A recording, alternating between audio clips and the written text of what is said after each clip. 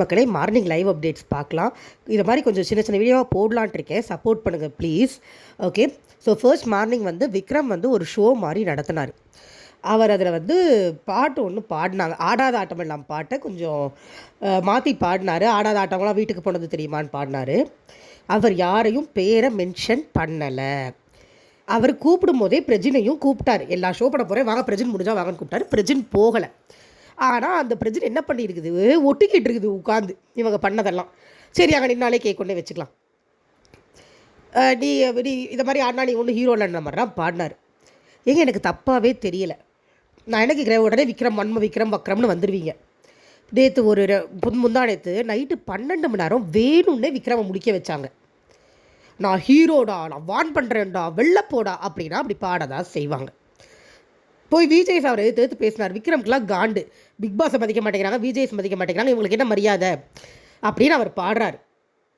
நீ என்ன பண்ணணும், ஒன்று அதே மாதிரி பாட்டில் பதில் சொல்லு, இல்லை பாயிண்டாவது பேசு. நம்ம வன்ம குடவுன் சாண்ட்ரா என்ன பண்ணுறாங்க, இந்த பிரச்சனையை கேட்டு போய் சாண்ட்ராட்ட 1க்கு 10 சொல்கிறாரு. எப்படி என்னமோ இவங்களை டார்கெட் பண்ணி மட்டுமே அங்கே அவர் பாடிட்டு மட்டுமே இருந்த மாதிரி. அதுக்கப்புறம் அவங்க கேம்லாம் விளையாண்டாங்க, ஜாலியாக இருந்துச்சு. தம்ஷன் அடித்து அந்தாக்ஷரி கலந்து வாயை மட்டும் அசைக்கிற இதில் இருக்கவங்க கண்டுபிடிக்கிற மாதிரி நல்லா இருந்தது அந்த கேமு. அதெல்லாம் இவங்க கண்ணுக்கு தெரியவே இல்லை. அது மாதிரி கேம்லாம் விளையாண்டுட்டு கழிச்சிட்டு போயிட்டாங்க. அது மாதிரி காமெடின்னு ஒன்று பண்ணாங்க. அது உண்மையிலே கொஞ்சம் மொக்கையாக தான் இருந்தது. விக்ரம்ஜி சிரிப்பு வரல, அதான் உண்மை. லவ் வச்சு ஏதோ பண்ணாங்க, அது சிரிப்பு வரல. பட் அது ஆக்சுவலாக அது அப்படியே ஃப்ளோவில் போயிட்டாங்க. பாடின பாட்டு காலங்காத்தால் அவங்களுக்கா இருந்தாலும் நீங்கள் கேமில் காட்டணும். ஆனால் மேடம் இதை போய் பிரஜென்ட் போய் இதை மட்டும் சொல்கிறாரு. இதுக்கப்புறம் அவன் விளையாண்டதெல்லாம் தெரியல. அவர் ஹீரோ இல்லைன்னு சொன்னால் அவருக்கு கோபம் வருது. ஆனால் நீ டம்மி பீஸாக இருக்க, உன் பொண்டாட்டி வில்லியாக இருக்குது, அப்புறம் என்ன ஹீரோ சொல்கிறது எனக்கு புரியலை. இந்த பிஆர் டீமு என்கிட்ட வராதிங்க, தயவு செஞ்சு நீங்கள் என்னத்தை சொல்லலாம், அப்படி தான் பேசுவேன். ஏன்னா எனக்கு அப்படி தான் தோணுது. என்னோடய ஒப்பீனியன் மட்டும் தான் சொல்ல முடியும். ஓகேங்களா? ஸோ இது நடந்து முடிஞ்சதுக்கப்புறம் இவர் போய் பிரஜின் போய் ஏற்றி விட்றாரு பொண்டாட்டியை. இந்த அம்மா வெளில வந்து அப்போ ஆக்சுவலாக விக்ரமும் பாருவும் ஜாலியாக பேசிகிட்டு இருந்தாங்க. இப்போ பாருட்ட வந்து என்ன காலையில் எதுவும் ஸ்டேஜ் ஷோ நடந்துச்சாமே அப்படின்னொடனே இதெல்லாம் வேறு யாருக்குமே இது தவறாகவே தெரிலங்க. அதுதான் காமெடி. பாரு வந்து ஆமாம் நம்ம விக்ரம் தான் பண்ணார் அப்படின்னு சாதாரணமாக சொல்லிச்சு. நீங்கள் என்ன பண்ணிகிட்டு இருந்தீங்கன்னா, நான் குளிச்சுட்டு இருந்தேன் அப்படின்ட்டு. இல்லை என் செருப்பு கழுவிட்டு இருந்தேன். அது என்ன வார்த்தை? நீங்கள் கேம் விளையாடுறீங்களா? உங்களை அவர் வந்து கேமாக தான் அடிக்கிறார். ஒரு பாட்டு பாடுறாங்க, கிண்டல் பண்ணுறாங்க அப்படின்னா, பாட்டு பாடுறாங்க குத்தி காமிக்கிறாங்கன்னா அது கேம். நீங்கள் பண்ணதை சொல்லி காமிக்கிறாங்க. அப்போ நீங்களும் என்ன பண்ணணும், பண்ணதை சொல்லி காமிக்கணும். பண்ண பாயிண்ட்டை சொல்லுங்கள். இந்த மாதிரி பின்னாடி பேசுகிற மாதிரி இருக்குது, டார்கெட் பண்ணுற மாதிரி இருக்குன்னு சொல்லலாம். இது டீசெண்டான வேர்ட்ஸ்னால் என்னன்னே சாண்ட்ராக்கு தெரியாது. இதில் சாண்ட்ரா பாவம், திவ்யா சாண்ட்ராவை யூஸ் பண்ணுறாங்க. முட்டு கொடுக்க சொம்ப தூக்கிட்டு ஒருத்தர் வந்துடுவார் வீக்கெண்டில். அவர் சொம்ப தூக்கிட்டு போனதோட வெனதான் காலங்கார்த்தால் சொல்லுது அந்த அம்மா, செருப்பு கழுவிட்டு வந்தேன்னு. நீ எடுத்து அடிச்சு தான் பாரு, அவ்வளோ பெரிய ஆளாக இருந்தா அடிச்சு பாரு. நீ அவ்வளோ பெரிய அப்பாட்டக்காரா இருந்தால் செருப்பை தூக்கிட்டு வந்து அடிச்சு பாருன்றேன் நான். உன் புருஷன் காலை தூக்கி போட்டு விக்ரம் மூஞ்சிக்கு நேரம் ஆட்டினானே, அப்போ உட்காந்து ரசிச்சுக்கிட்டு தானே இருந்த. இப்போ விக்ரம் பாட்டு பண்ண கொடைதான் உனக்கு. என்னை கேட்டால் இன்னும் 10 பாட்டு பாடி விக்ரம் வெறுப்பேற்றிட்டு சிரிச்சுட்டு போயிடணும். ஆனால் விக்ரம் கண்டுக்கவே இல்லை. என்னவோ சொல்லு அப்படின்ட்டு போயிட்டாரு. நல்லா இருக்குங்க, இவங்களுக்குலாம் இப்படி தான் பண்ணணும்.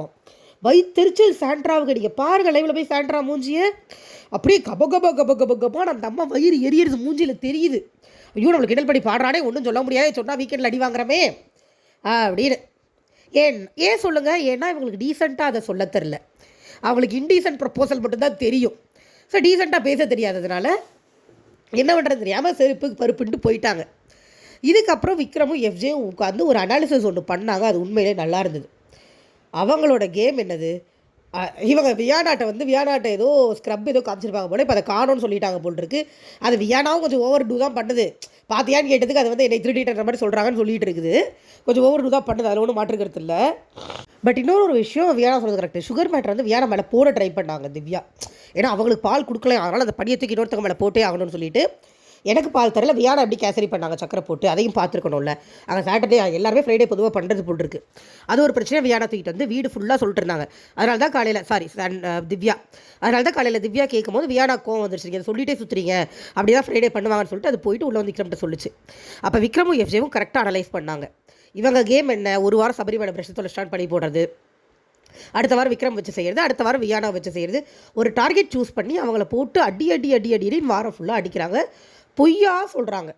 உண்மையை சொன்னால் பரவாயில்ல, கோவம் வராதாங்க எனக்கு. என்னன்னா வக்குறோம் விற்கிறோம் வக்குறோம் அப்படி பண்ணுறாரு இப்படி பண்ணுறாரு விற்கிறோன்னு தூக்கிட்டு வரீங்களே.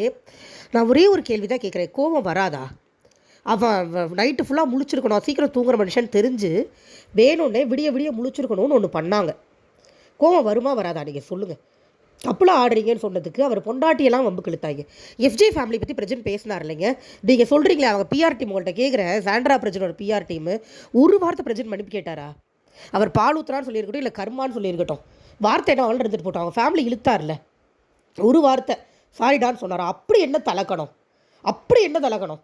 ஒரு தப்பு ரியலைஸே பண்ண மாட்டேன்னு ஒருத்தவங்க இருக்காங்களா, அவங்களை என்ன வேணாலும் கிண்டல் பண்ணலாம் பாடலாம், எனக்கு அவங்க தப்பாக தான் தெரிகிறாங்க, பயங்கர மோசமாக தான் தெரிகிறாங்க. சேனல் பயங்கரமாக ஃபேவர் பண்ணுது அவங்களுக்கு, எனக்கு சுத்தமாக பிடிக்கல, அதெல்லாம் நான் சொல்ல தான் செய்வேன். இது நடந்தது. இதுக்கு இவங்க 2 பேர் உட்காந்து ஃபுல்லாக அனலைஸ் பண்ணாங்க. இனிமேல் அவங்க என்ன பண்ணாலும் சிரிச்சுட்டு போயிடணும்டா. என்னமோ காலி பண்ணிடுவேன்றாரு. என்ன காலி பண்ணுவார்? நம்ம நின்று எதிரில் நின்று கேட்டுருவோம், என்னத்தை காலி பண்ணுவீங்க பண்ணுங்கன்னு சொல்லிடுவேன் அப்படின்னாரு எஃப்ஜே. விக்ரம் வந்து நான் சிரிச்சுட்டு போயிடுவேன், நீங்கள் என்னவோ பண்ணிட்டு போங்க எனக்கு சிரிப்பு தான் வருது நான் சிரிச்சுட்டு போயிடுவேன்னாரு. அதுவும் நல்லா இருந்தது. நல்லா அவங்களுக்கு ஆக்சுவலி இவங்க கேம் நல்லா தெரியுது. இவங்க 3 பேரோட கேம் இவ்வளோ தான். அடுத்தவங்க மேலே பொய் போட்டு அவங்கள ட்ரிகர் பண்ணி ஒரு கேம் விளையாட ட்ரை பண்ணுறாங்க.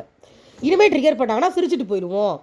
ஏன்னா அவங்க அப்புறம் வியானா வெளியில் வந்து அமித்கிட்ட சொல்லிட்டு இருந்தாங்க, இந்த வீட்டில் பொதுவாக சண்டை நடந்ததுன்னா அந்த சண்டே நைட்டு எல்லோரும் ஒன்று சேர்ந்துருவோம், ஜாலியாக இருப்போம், மறந்துடுவோம் கொஞ்ச நாளில். ஆனால் இவங்க எப்போ பாரு மூஞ்சியை தூக்கிக்கிட்டே இருக்காங்க, பார்க்கவே நல்லா இல்லை. அதுதான் உண்மை, பார்க்க நல்லா இல்லை. ஒரு சண்டை வருது, பேசுகிறீங்க, அவங்க பாயிண்ட்ஸை வைக்கிறீங்க, வார்த்தையை கூட விட்டுடுறீங்க, பட் அது முடிஞ்சு போயிடணும்.